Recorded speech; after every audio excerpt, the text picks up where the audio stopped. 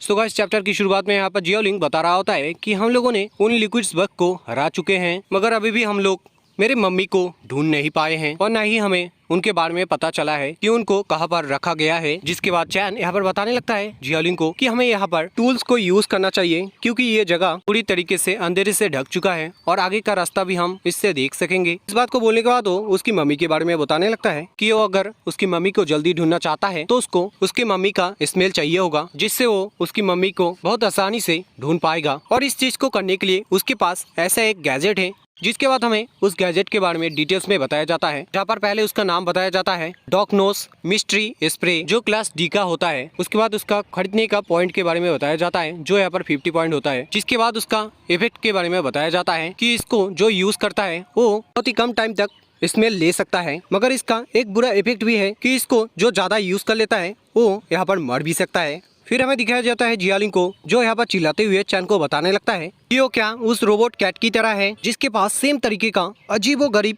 Gadget है। Guys आप लोग तो समझ ही चुके होंगे कि जियोलिंग यहाँ पर किसके बारे में बात कर रहा होता है। इसके बाद हम चैन को देख पाते हैं जो सीरियस होके जियोलिंग को बता रहा होता है कि एक सीक्रेट मैन एक चार्मिंग मैन होता है, इसलिए तुम टाइम को बर्बाद मत करो और तुम्हारे पास तुम्हारे मम्मी का कोई पर्सनल चीज अगर होता है तो मुझे दो, जिससे कि मैं तुम्हारे मम्मी को बहुत आसानी से ढूंढ सकूं। तो ये बात सुन के जियोलिंग शर्मा जाता है और उसके बाद वो बताने लगता है कि पास उसके मम्मी का एक पर्सनल आइटम है, मगर वो बहुत ज्यादा पर्सनल है। और इस बात को बोलने के बाद वो उस चीज को निकाल के चैन के पेट में मारते हुए दे देता है। उसके बाद फिर हम चैन को देख पाते हैं जो उस चीज को लेने के बाद यहाँ पर बोलता है कि ओहो, आखिर ये है वो चीज जो तुम्हारे मम्मी का इतना पर्सनल है। इस बात को बोलने के बाद वो बहुत ही ठरकी स्माइल के साथ बोलता है जियोलिंग को, क्या वो एक बिका हुआ इंसान है जो इस तरीके से उसकी मम्मी का पर्सनल मोजा छुपा के रखता है। इसके बाद हमें जियोलिंग को दिखाया जाता है जहाँ पर जियोलिंग चैन की इन बातों से गुस्सा हो गया था। इस वजह से चैन को जियोलिंग की गुस्से की वजह से सिस्टम से 50 डेट पॉइंट मिलता है। इसके बाद जियोलिंग बताने लगता है कि उसके पास उसके मम्मी का पर्सनल चीज कैसे आ गया था। तो वो बताता है कि एक दिन जब वो अकेला था उसको उसके मम्मी का पर्सनल मोजा मिला था जिसके साथ वो खेल रहा था और उसी चीज के साथ खेलते हुए वो उस चीज को खुद के पास ही रख दिया था। जिसके बाद हमें दिखाया जाता है चैन जियोलिंग के हाथ में आग जलाने वाला जो टूल्स है वो दे देता है और उसके बाद वो हंसते हुए बोलता है जियोलिंग को कि वो उन बातों को भूल जाए, उसको उसकी मम्मी का जो पर्सनल चीज है उसको सूंघने दे। तो जियोलिंग आंखों को बंद करके शर्माते हुए चैन को बताता है कि हाँ हाँ ठीक है, जल्दी करो। इस बात को बोलने के बाद जैसे ही वो सामने की तरफ देखता है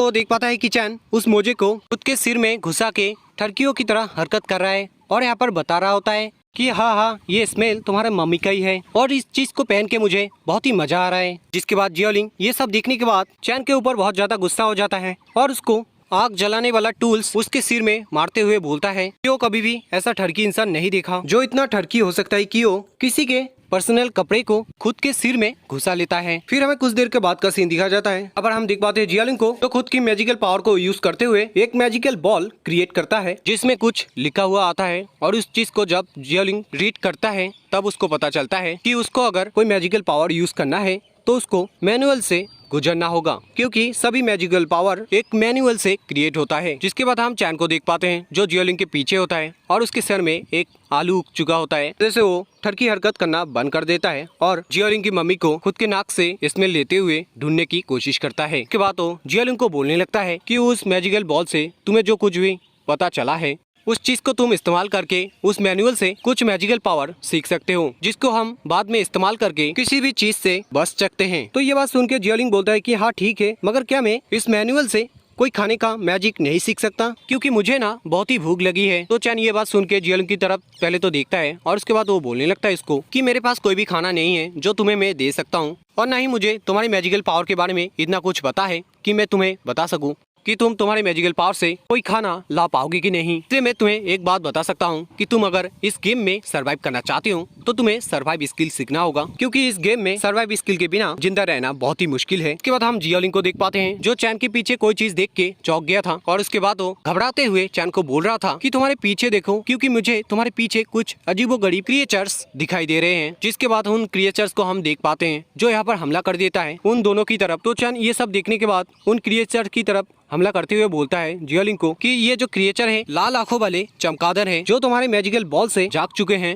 इसलिए तुम यहाँ पर खड़े मत रहो और यहाँ से भागो और किसी सेफ जगह में जाके तुम छुप जाओ, क्योंकि मैं तब तक के लिए इन चमगादड़ को रोकने की कोशिश करूंगा। और इस बात को बोलने के बाद चैन उन चमगादड़ की तरफ स्वीप लाइटनिंग कट इस्तेमाल करता है, जिससे कुछ चमगादड़ मर जाते हैं। मगर यहाँ पर चमगादड़ इतना ज्यादा होता है कि वो मारते मारते यहाँ पर थक जाता है, जिसके बाद वो बोलने लगता है कि इन चमगादड़ को अगर ऐसे ही मैं मारता रहूंगा तो मुझे नहीं लगता है कि मैं इनको मार पाऊंगा, इसलिए मुझे कोई तो तरीका निकालना ही होगा जिससे कि मैं इन सभी चमगादड़ को मार सकूं। और इस बात को बोल के जैसे ही वो उन चमगादड़ की तरफ फिर से हमला करता है, वैसे ही पीछे जियोलिंग चैन को चिल्लाते हुए बोलता है, तुम तुम्हारा सर नीचे करो। और ये बात बोलते ही वो मैजिकल फ्लेम अटैक कर देता है। इसको देख के चैन घबरा जाता है और खुद के सिर को नीचे कर लेता है, जिससे कि वो जियोलिंग के मैजिकल पावर से बच सके। अब फिर हम देख पाते हैं चैन को तो यहाँ पर हैरान हो गया था जियोलिंग की एक अटैक से चमगादड़ को मरता हुआ देख के, जिसके बाद वो बोल रहा था कि मैं तो भूल गया था कि ये जो चमगादड़ हैं उनकी कमजोरी आग है। जिसके बाद हम जियोलिंग को देख पाते हैं जो उस अटैक को करने के बाद थक चुका था, और इसी के साथ वो बोल रहा था कि पहली बार मैंने किसी क्रिएचर को हराया है कोई भी गलती ना करके। जिसके बाद फिर हम चैन को देख पाते हैं, इसको यहाँ पर पता ही नहीं है उसका बाल यहाँ पर आग से जल चुका है। हम देख पाते हैं वो यहाँ पर हंसते हुए जियोलिंग को बोल रहा होता है कि वाकई में तुम तो कमाल के हो, मगर मैं तो तुम्हारे बारे में पहले सोचता था कि तुम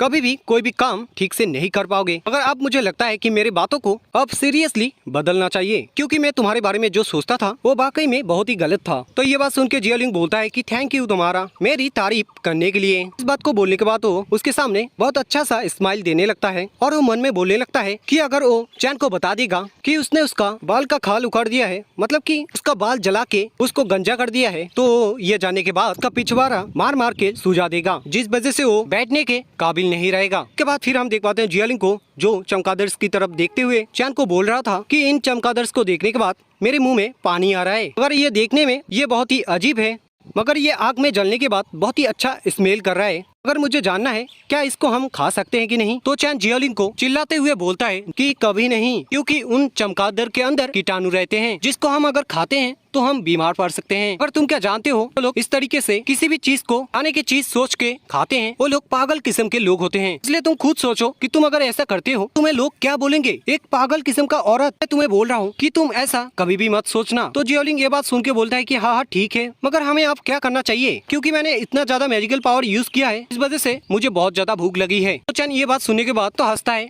और उसके बाद तो सर को खुजाते हुए बोलता है कि मुझे ना अभी अभी कोई एक चीज मिला है जो खाने के काबिल है और उसमें न्यूट्रिशन बहुत ही ज्यादा है। तो ये बात सुन के जियोलिंग बोलता है कि क्या सच में। तो चैन बोलता है कि हाँ हाँ मैं सच बोल रहा हूँ कि ये वाकई में बहुत ही कमाल का है। जिसके बाद तो उस चीज को निकालता है और अजीबोगरीब तरीके से उसको देखते हुए बोलता है कि ये क्रंची है और इसका टेस्ट एकदम चिकन की तरह है, मगर इसको खाने से पहले इसका सर निकालना पड़ता है, जिसके बाद तुम उसको जिस तरीके से खाना चाहते हो वो तुम खा सकते हो। और इसी के फर्स्ट चैप्टर की शुरुआत में जियोलिंग यहाँ पर चैन को बता रहा होता है कि वो इस तरीके का घिनौनी चीज कभी भी नहीं खाने वाला है, और भले ही वो भूख से मर क्यों ना जाए। तो चैन बोलता है कि ठीक है, मैं थोड़े तुम्हारे साथ जबरदस्ती कर रहा हूँ, मैं तो सिर्फ तुम्हें बोल रहा था कि तुम खाओगे कि नहीं, मगर चलो तुम अगर नहीं खाना चाहते हो तो मैं अकेला ही इन स्वादिष्ट खाने को खा लेता हूँ। और ये बात बोल के जैसे वो खाने वाला होता है तो वो देख के जियोलिंग के मुंह से पानी निकलने लगता है, और उसके बाद वो उस खाने को सिर्फ देखता रहता है, और इसी चक्कर में उसको और भी ज्यादा भूख लग जाती है, जिस वजह से उसके पेट से बहुत जोरों से आवाज निकलने लगता है, जो सुन के चैन बहुत जोरों से हंसने लगता है। और फिर वो उसको बोलने लगता है कि तुम अगर इस डिलीशियस खाने को खाना चाहते हो तो मैं तुमको जो करने को कहूँगा वो तुम्हें करना होगा, क्योंकि मैंने जब इस खाने को तुम्हें खाने को बोला था तब तुमने इस खाने को खाने से मना कर दिया था। अगर अब तुम अगर इसको खाना चाहते हो तो तुमको मुझे प्यार से बिग ब्रदर बोलना होगा। तो ये बात सुन के जियोलिंग बहुत ज्यादा यहाँ पर सोच में पड़ जाता है कि वो चैन को बिग ब्रदर बोलेगा कि नहीं। जिसके बाद फिर हम चैन को देख पाते हैं जो जियोलिंग को ऐसा सोचता हुआ देख के को वो बताने लगता है कि देखो कि तुम अगर इस खाने को सच में खाना चाहते हो तो तुम मुझे जल्दी बिग ब्रदर बोल दो, क्योंकि ये खाना अगर ठंडा हो गया ना तब इस खाने का मजा उस तरीके का नहीं रहेगा जिस तरीके का टेस्ट मैंने बोला था। तो ये बात सुन के जियोलिंग और खुद को रोक नहीं पाता है और चैन को चिल्लाते हुए बिग ब्रदर बोलने लगता है। जिसके बाद चैन जियोलिंग के मुंह से बिग ब्रदर सुनने के बाद उसको रोकने लगता है और फिर वो उसको बोलने लगता है कि हाँ हाँ ठीक है, अब बस करो और इस खाने को लो, क्योंकि ये अभी गर्म है तो ये खाने में तुम्हें मजा आएगा। इसके बाद हम देख पाते हैं जियोलिंग चैन के हाथ से उस खाने को लेता है और फिर जैसे वो उस खाने का एक बाइट लेता है वैसे ही उसको वो खाना उसको बहुत ही अच्छा लगता है और उसी के साथ वो चैन को बोलने लगता है कि ये वाकई में बहुत ही ज्यादा टेस्टी है, मगर तुम क्या मुझे बताओगे कि ये किस तरीके का बक्स का है। तो चैन बताता है कि ये हड्डी चबाने वाले मक्खियों का लार्वा है, मगर ये जो हड्डी चबाने वाले मक्खियाँ जो होते हैं वो खुद के शिकार को मार के उनका मांस उनके लार्वास को खिलाते हैं, जिस वजह से लार्वा बहुत ही कोमल और बहुत ही अच्छा दिखते हैं। तो जियोलिंग ये बात सुनने के बाद घबराते हुए चैन को बताने लगता है कि तुमने जो ये लार्वा लाए हो वो हमारे आसपास के किसी जगह से लाए होगे। इसका मतलब है कि इनका जो फैमिली है, इस बात को बोल के जैसे वो बोलने जाता है कि वो लोग भी उनके आसपास ही होंगे, और तभी चैन और जियोलिंग देख पाते हैं हड्डी चबाने वाले मक्खियों को जो उनकी तरफ आ रहा होता है। तो ये देखने के बाद चैन पहले तो बताने लगता है कि लगता है ये लोग बहुत ही गुस्से में हैं। तो जियोलिंग उसको पीछे से बोलता है कि हाँ, ये तो गुस्सा करेंगे ही क्योंकि हमने उनका लार्वा जो खा लिया है। तो ये बात सुन के चैन फिर जियोलिंग को बोलता है तो हम यहाँ पर खड़े क्यों हैं, हमें तो भागना चाहिए। और ये बोल के चैन जियोलिंग को पकड़ के बहुत तेजी से भागने लगता है। ये देख के जियोलिंग चैन को बताने लगता है कि हम तो उनके साथ फाइट कर सकते हैं, तो हम ऐसे क्यों भाग रहे हैं। तो चैन जियोलिंग को बोलता है कि नहीं, हम उन लोगों के साथ फाइट नहीं कर सकते हैं क्योंकि उनके बॉडी में एक बहुत ही स्ट्रॉन्ग शील्ड है जो ना ही तुम्हारे मैजिकल पावर से टूटने वाला है और ना ही मेरे नाइफ से, इसलिए हमारे पास भागने के सिवा और कोई भी रास्ता नहीं है। गाइस, मैं यहाँ पर इस बात को बोलना भूल गया था कि जब हड्डी चबाने वाले मक्खी चैन और जियोलिंग की तरफ गुस्से में आ रहा था, तब चैन को सिस्टम से 60 डेट पॉइंट मिला था, जिसके बाद फिर हम जियोलिंग को देख पाते हैं जो चैन को बोल रहा था कि तुमने मुझे ये बात पहले क्यों नहीं बताया था। उसके बाद फिर हम देख पाते हैं चैन जियोलिंग को छोड़ देता है और उसको बहुत तेज भागने को बोलता है। इसी के साथ खुद भी वो बहुत तेज भागने लगता है, मगर हम अचानक से देख पाते हैं जियोलिंग का पैर अचानक से एक पत्थर में लगता है, जिस वजह से वो वहीं पर मुक्के बल गिर जाता है। और इसी आवाज को सुन के जब चैन पीछे की तरफ देखता है तो वो देख पाता है कि जियोलिंग मुक्के बल गिर चुका है। फिर हमें जियोलिंग को दिखाया जाता है जो गिरने के बाद चैन को सिर्फ यही बोलने लगता है कि तुम जल्दी यहाँ से भाग जाओ और मुझे अकेले यहाँ पर छोड़ के जाओ, क्योंकि मैं चाहता हूँ कि तुम सिर्फ मेरी मम्मी को बचाओ, मगर तुम ये बात कभी भी मत सोचना कि मैं तुमको यहाँ पर बचाने के लिए ये सब कर रहा हूँ। तो ये बात सुन के चैन भागते हुए जियोलिंग को चिल्लाते हुए बताने लगता है कि तुम जिस तरीके से मेरे बारे में सोचते हो कि तुम मेरी वजह से मरना नहीं चाहते हो, वैसे ही मैं भी तुम्हारे बारे में सोचता हूँ, बट तुम अगर यहाँ पर मेरी वजह से मर रहे होते तो तब भी मैं ऐसे ही भागता और कभी भी तुमको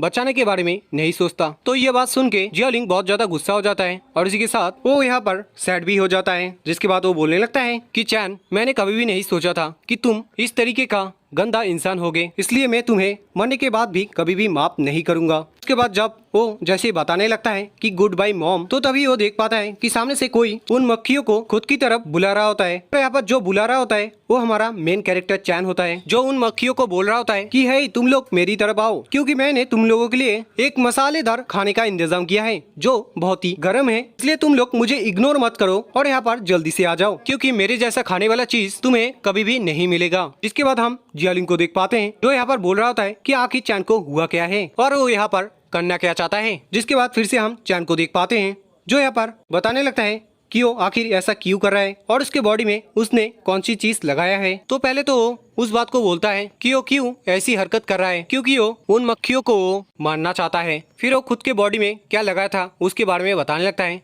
कि उसने उसके बॉडी में जो लगाया था उसका नाम गोल्डन पेस्टिसाइड है, इसका खरीदने का पॉइंट 100 है। फिर उसका इफेक्ट बताया जाता है तो यहाँ पर एक लिक्विड है जो बहुत ही ज्यादा जहरीला है, जो सिर्फ बग्स के लिए बहुत ही ज्यादा हानिकारक होता है, मगर इसको इस्तेमाल करना बहुत ही आसान होता है क्योंकि वो जिस तरीके का बग्स मारना चाहता है उनको उनके फेवरेट खाने में इस लिक्विड को मिलाना है, जिसके बाद वो बग्स अपने आप मर जाएंगे। मगर उसको ये बात याद रखना है कि इस गोल्डन पेस्टिसाइड को लूप लोशन समझ के उसको इस्तेमाल ना करें, क्योंकि इसको अगर कोई गलती से भी इस्तेमाल करता है तो उसकी तरफ बग्स अट्रैक्ट हो सकता है। जिसके बाद फिर हम उन बग्स को देख पाते हैं, मतलब कि उन मक्खियों को जो चैन की तरफ बहुत ही गुस्से में देख रहे थे और उनको यहाँ पर पता चल चुका था कि चैन ने उनके लार्वास को चुराया है, जिस वजह से चैन को उन मक्खियों की वजह से सिस्टम से 60 डेट पॉइंट करके 3 से 4 बार डेट पॉइंट मिलने लगता है, जो देख के चैन यहाँ पर बताने लगता है कि मैं फिर से मरने वाला हूँ, मगर मेरे पास इतना डेट पॉइंट हो चुका है कि मैं खुद को फिर से जिंदा कर सकता हूँ। जिसके बाद फिर हम देख पाते हैं उन मक्खियों को जो चैन के ऊपर हमला कर चुके थे और उसकी मांस को खा के उसका हड्डियां निकाल चुके थे, जो देख के जियोलिंग बहुत ज्यादा चौंक गया था। उसके बाद फिर हम उन हड्डी चबाने वाले मक्खियों को देख पाते हैं जिनका सिर यहाँ पर घूम रहा था और इसी के साथ